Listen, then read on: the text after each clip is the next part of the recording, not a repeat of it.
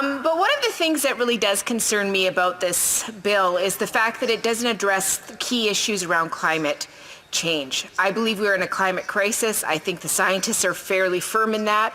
And I think there needs to be some more relevant action done, and we're not seeing it coming from the government. But specifically, I think one of the things we need to look at is how we're going to deal with emissions, especially coming from our homes. And we know right now that a lot of people are struggling making ends meet.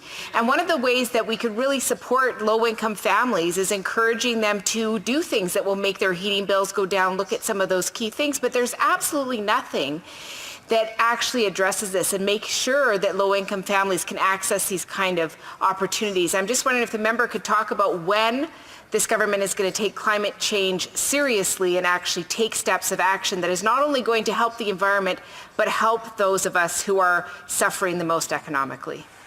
Well, Parliamentary Secretary. Yes, Madam Speaker, and Bill C-8 is meant as an implementation bill for a full update.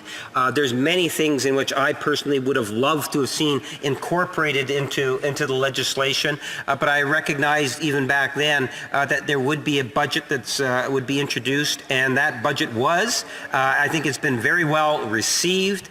We've seen very few questions on it coming in from the opposition. I see that as a positive thing.